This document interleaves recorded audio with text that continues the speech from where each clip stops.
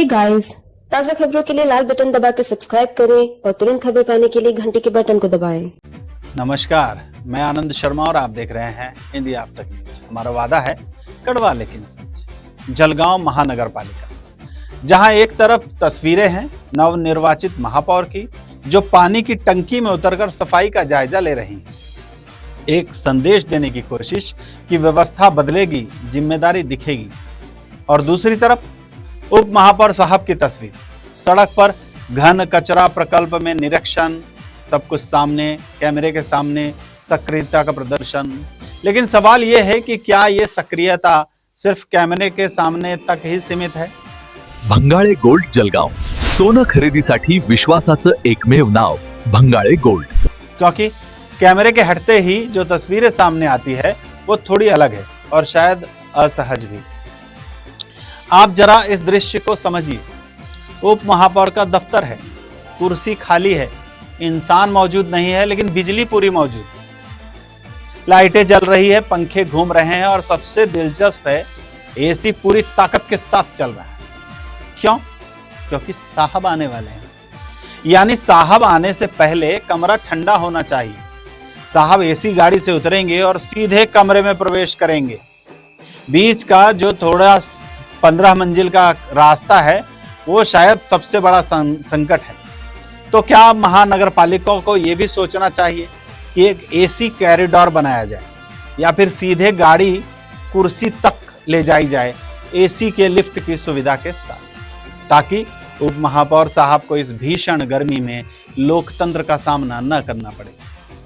लेकिन मजाक अपनी जगह है और सवाल अपनी जगह। क्या ये जनता के पैसे की बर्बादी नहीं है?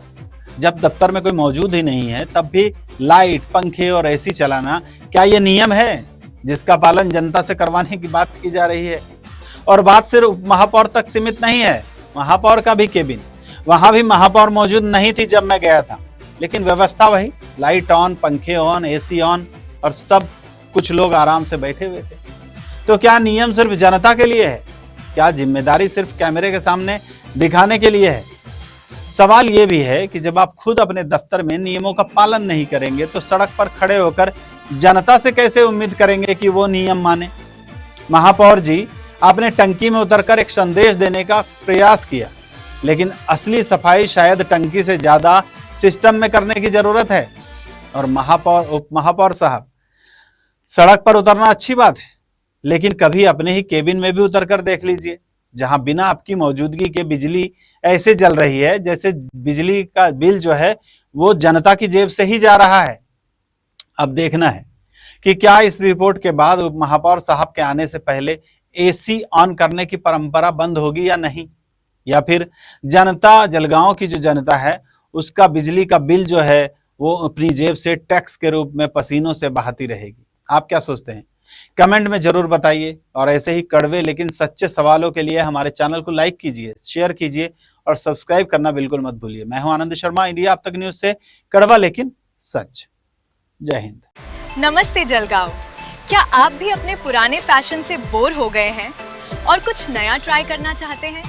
तो देर किस बात की, आज ही आइए सुरेश कलेक्शन, कानरदा रिंग रोड, जलगांव। डिझाईन्स 2026च्या मजुरी मात्र 1974ची। अधिक माहितीसाठी आजच शोरूमला भेट द्या।